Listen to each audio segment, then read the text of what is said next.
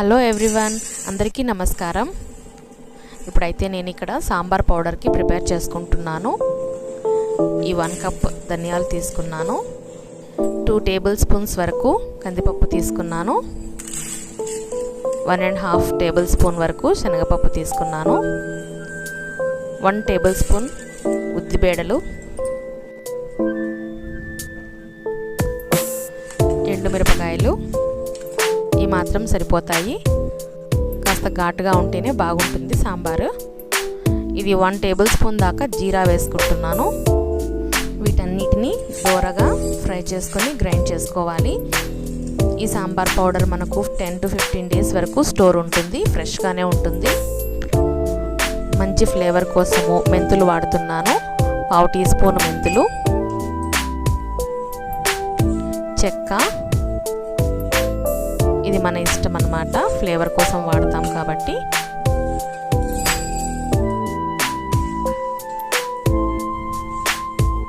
మిరియాలు 1 table spoon వేసుకున్నాను.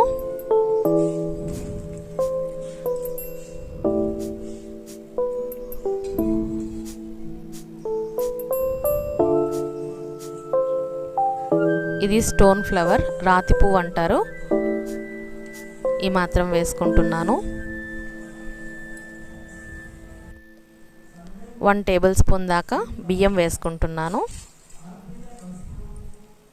సాంబార్ చిక్కదనం కోసము పచ్చికరివేపాకు దోరగా వేపుకొని గ్రైండ్ చేసుకోవాలి. ఇప్పుడైతే ధనియాల పొడికి ధనియాలు సిద్ధం చేసుకుంటున్నాను. మసాలా పౌడర్ అన్నమాట.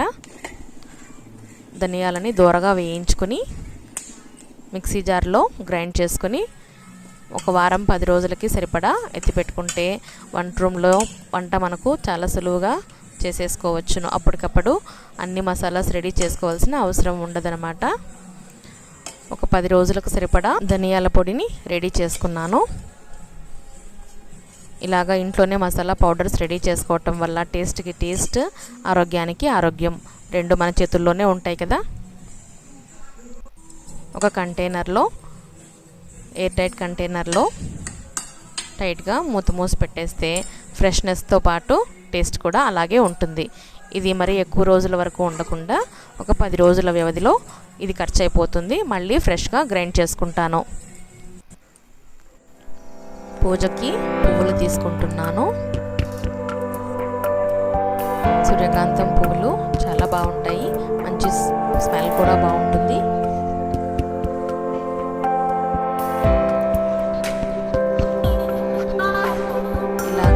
ఇంట్లో పూచిన పువ్వులతో పూజ చేసుకుంటున్నాను.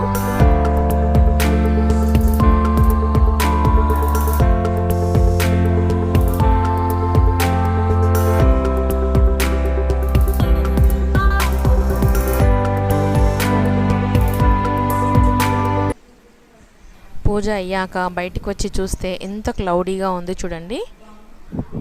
మార్నింగ్ 7:30కే ఎంత డార్క్గా అయిపోయింది, డీప్ క్లౌడ్స్ వచ్చేసాయి.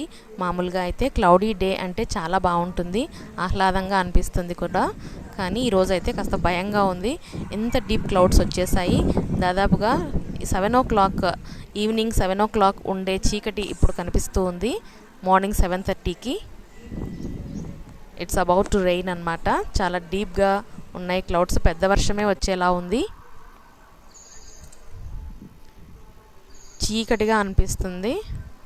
సాయంకాలం చీకటి పడే ముందు ఉండే ఇది కనిపిస్తూ ఉంది. ఇప్పుడైతే 7:30నే అయ్యిండేది టైం కూడా.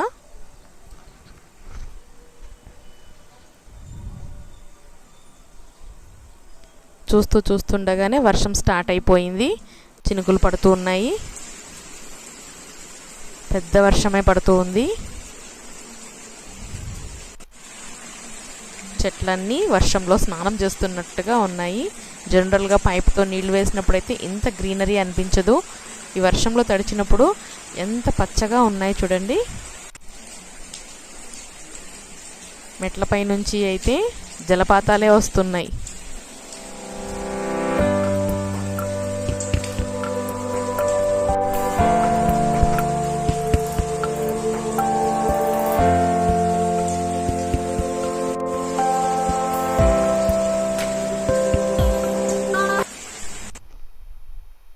కిచెన్లో గ్రాసరీస్ అయిపోయిన వెంటనే కంటైనర్ని నీట్గా క్లీన్ చేసేసి ఆరబెట్టుకున్న తర్వాత తిరిగి రీఫిల్ చేసుకుంటాను. ఇలాగా శనగపప్పుని ఈ విధంగా వేసుకుంటున్నాను. ఇలా చేసుకోవటం వల్ల కిచెన్ ఎంతో నీట్గా అనిపిస్తుంది, చిరాగ్గా ఉండదు కూడా మనకు. ఇలా మిగిలిపోయిన వాటిలో 2 లవంగాలు వేసి ఫ్రిడ్జ్లో పెట్టేసుకుంటాను, పురుగు పట్టకుండా ఉంటుంది. ఇప్పుడైతే బయట వర్షం పడుతూ ఉంది కదా, వేడివేడిగా ఉగ్గాని ఆనియన్ బజ్జీ చేయాలని ఫిక్స్ అయ్యాను. ఉగ్గానికి రెడీ చేసుకుంటున్నాను. బొరుగులైతే నానబెట్టాను. ఇప్పుడు ప్యాన్లో ఆయిల్ వేడి చేసుకుని 1 టేబుల్ స్పూన్ శనగపప్పు, ఆవాలు, జీలకర్ర, ఎండుమిర్చి, కరివేపాకు ఇవన్నీ యాడ్ చేసుకుని ఇవన్నీ ఫ్రై అయిన తర్వాత కట్ చేసి ఉంచుకున్న ఒక మీడియం సైజ్ ఉల్లిపాయ, ఒక టమాటో వేసి ఫ్రై చేస్తున్నాను. ఈ వర్షంలో ఇలాగా వేడివేడిగా బజ్జీలతో పాటు ఉగ్గాని సూపర్ కాంబినేషన్ అన్నమాట. పచ్చిమిర్చి పేస్ట్, సాల్ట్ వేసి పచ్చిమిర్చి గ్రైండ్ చేసుకున్నాను. ఆ పేస్ట్ యాడ్ చేస్తున్నాను. ఇప్పుడు ఇవన్నీ కలిసి బాగా ఫ్రై చేసుకోవాలి.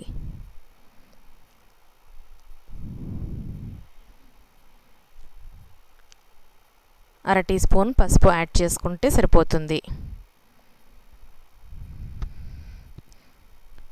పచ్చిమిర్చిలో కాస్త ఉప్పు వేసి గ్రైండ్ చేసింటాం కాబట్టి పైన చూసుకుని ఉప్పు వేసుకోవాలి. ఇప్పుడు నానబెట్టుకున్న బొరుగుల్ని పిండేసి అందులో నుండి నీరంతా ఒడిసిపోయేలాగా పిండేసి తిరువాతలో కలుపుకోవాలన్నమాట. తిరువాత అంతా బొరుగులకి బాగా పట్టేలాగా ఫ్రై చేసుకోవాలి. ఇలా అంతా కలుపుకున్న తర్వాత పుట్నాల పప్పు పొడి చల్లుకొని కాస్త కొత్తిమీర యాడ్ చేసుకుని ఒక 2 నిమిషాల పాటు మగ్గనిస్తే టేస్టీగా ఉండే ఉగ్గాని రెడీ అయిపోయినట్లే. పైన కాస్త కొత్తిమీర చల్లాలి.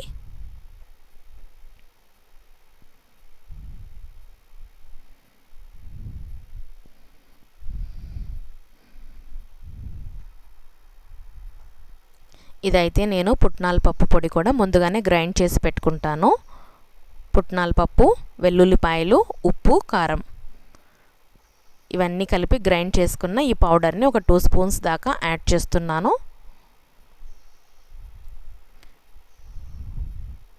ఇదంతా బాగా కలిసేలాగా కలుపుకొని దించేసుకోవటమే. ఉగ్గాని రెడీ అయిపోయింది. ఇప్పుడైతే ఆనియన్ బజ్జీకి ఆనియన్స్ తరిగి ఉంచుకున్నాను. ఒక బౌల్లో శనగపిండి తీసుకొని ఆనియన్స్ ఇలా తరిగి ఉంచుకున్నవి యాడ్ చేసుకుంటున్నాను.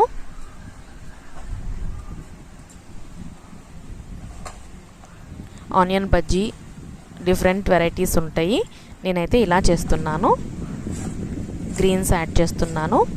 పుదీనా, కొత్తిమీర, కరివేపాకు చిన్నగా తరిగి ఇవి కూడా యాడ్ చేసుకుంటున్నాను.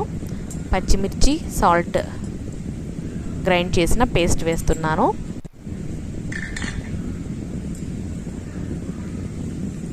ఉప్పు వేసి గ్రైండ్ చేసుకోవాలి పచ్చిమిర్చి. ఆ పేస్ట్ యాడ్ చేశాను. శనగపిండితో చేస్తున్నాం కాబట్టి కాసింత వాము యాడ్ చేయాలి. చేతితో నలిచి వేస్తున్నాను వాము. దీనివల్ల పొట్టలో గ్యాస్, ఉబ్బరం లాంటివి రాకుండా ఉంటాయి. శనగపిండితో చేస్తున్నాం కాబట్టి. ఇప్పుడు కాస్త వంట సోడా కూడా యాడ్ చేసుకుంటున్నాను. చిటికెడు పసుపు,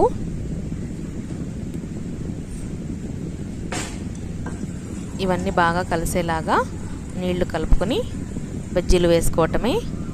బయట వర్షం పడుతున్నప్పుడు వేడివేడిగా ఇలాగా ఆనియన్స్తో బజ్జీలు వేసుకోవటం చాలా బాగుంటుంది.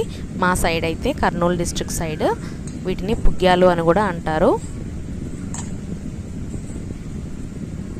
కర్నూలు డిస్ట్రిక్ట్ సైడ్ వాళ్ళకి ఇది బాగా తెలిసి ఉంటుంది. చాలా రెగ్యులర్గా చేసుకుంటారు కర్నూలు వాళ్ళు.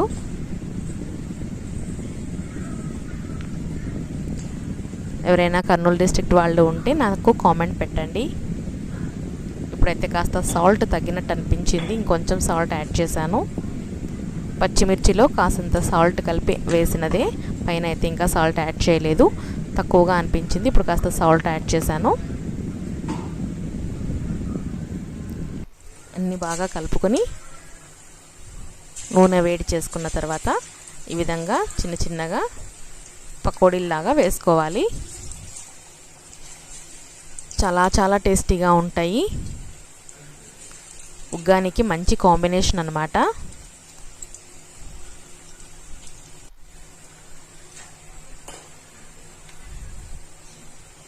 చూస్తుంటే నోరూరిపోతుంది కదా. బయట బాగా వర్షం పడుతూ ఉంది. టేస్టీగా ఇంట్లోనే హెల్తీగా ఈ ఉగ్గాని బజ్జీని ఎంజాయ్ చేయొచ్చు. వర్షంలో ఇది బెస్ట్ బ్రేక్ఫాస్ట్ అన్నమాట. వేడివేడిగా ఆనియన్ బజ్జీ విత్ ఉగ్గాని.